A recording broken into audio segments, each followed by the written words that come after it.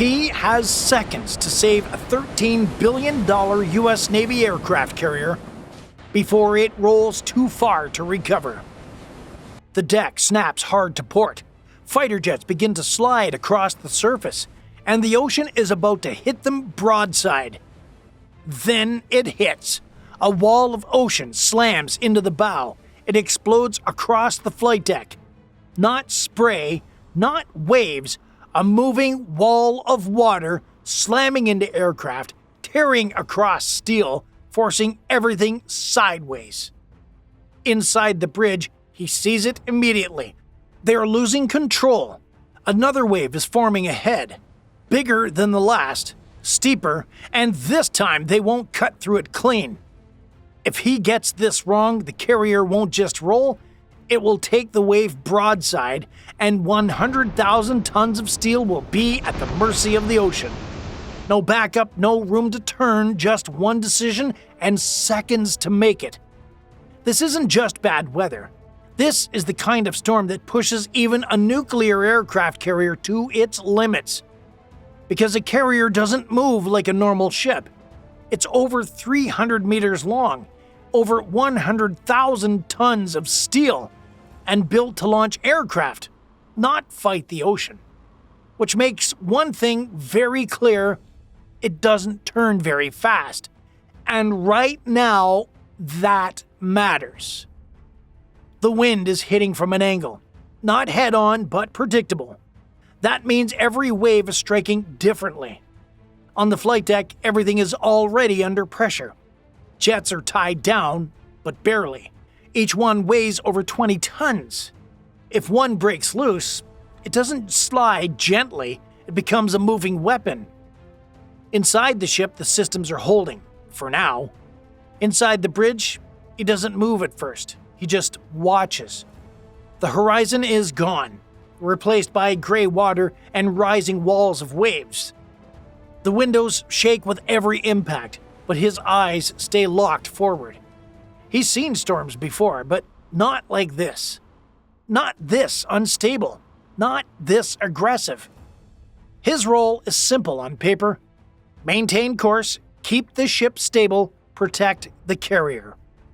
But right now, those three things are starting to conflict. A voice cuts through the noise. Roll increasing. He doesn't answer. He can feel it. The deck beneath him tilts again. Longer this time. Heavier. That's not just movement, that's momentum building.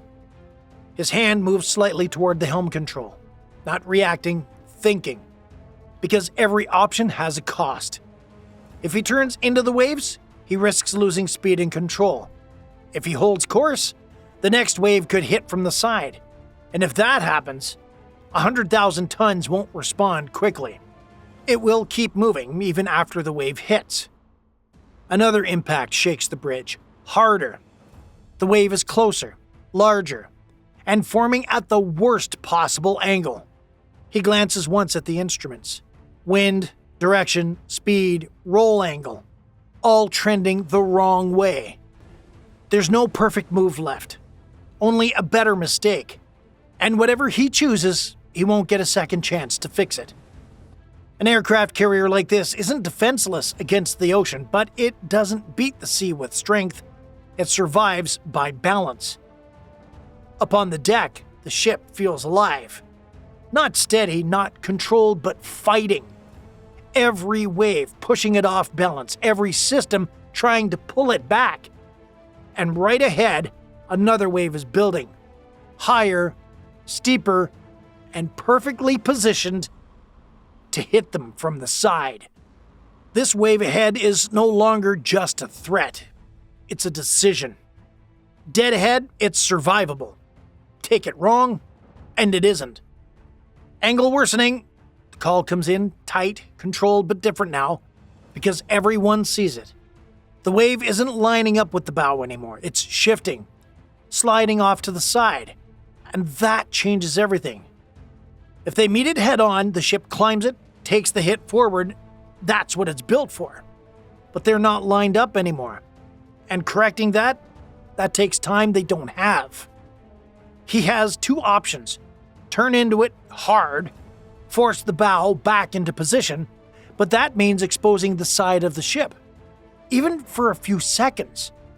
And in this sea, that's enough. Or hold course, stay steady, hope that the angle is still survivable. Hope that the systems absorb the impact. Hope that nothing breaks loose on deck. Another roll hits, stronger, longer. The deck tilts and doesn't come back clean. That's new. That's worse. Roll angle increasing.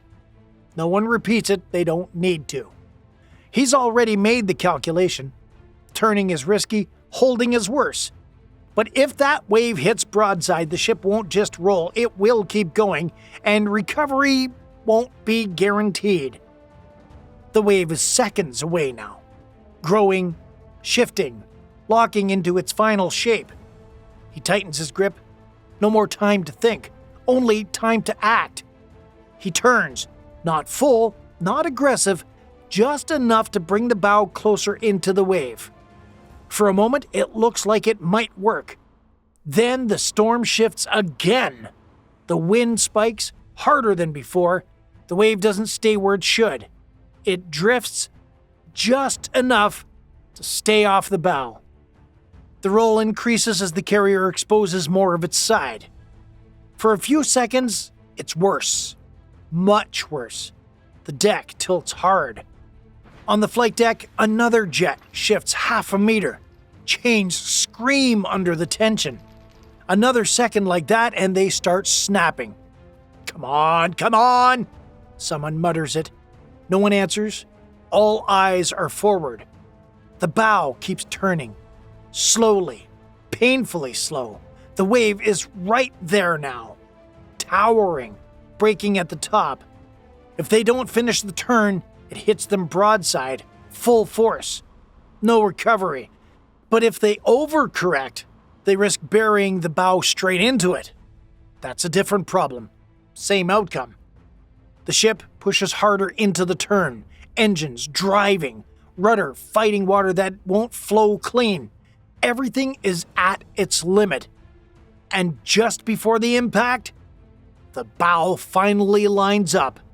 Not perfect, but enough. Now they find out if it was the right call. The wave hits, not gradually, not in parts, but all at once. The bow drives into it and disappears.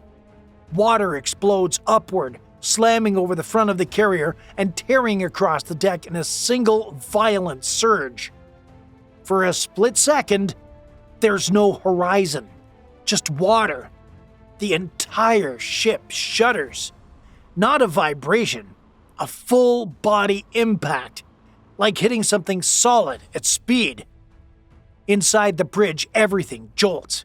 The deck drops beneath their feet as the bow punches through the wave. Then, it starts to slow. Not much, but enough.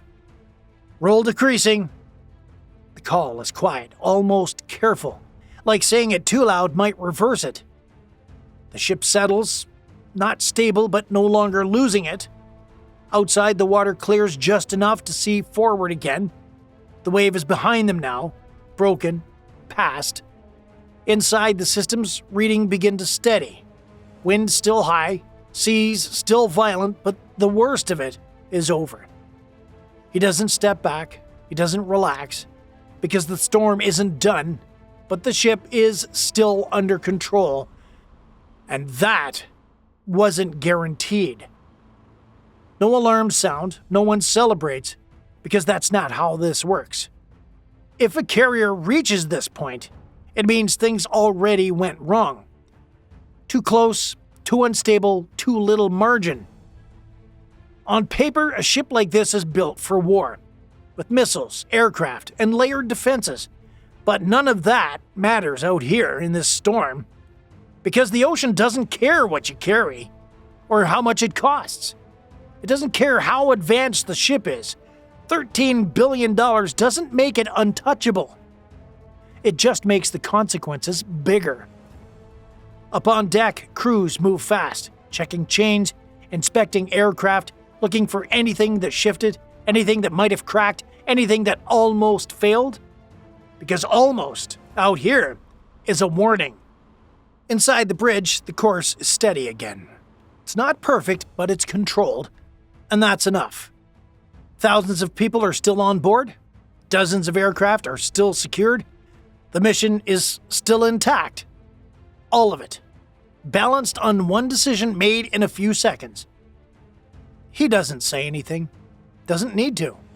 Because everyone on that bridge knows exactly how close that was, and how easily it could have gone the other way. Out here, there's no pause button, no reset, just moments like this, where everything comes down to one call, one angle, one decision, 1 second. Too early, and you expose the ship. Too late, and the ocean decides for you. That's the reality of life at sea. Not constant action, but constant pressure. Because even when there's no enemy in sight, the environment is always testing you. And sometimes, it only takes one wave to find your limit. So here's your question. Would you have turned earlier or trusted the ship to hold its course? Let us know in the comments. Thanks for watching Military Legends. Let's keep sharing these stories from the sea and create more respect for the men and women who live and serve aboard ships around the world. If you value real stories like this, like the video and subscribe to the channel, and I'll see you in the next one.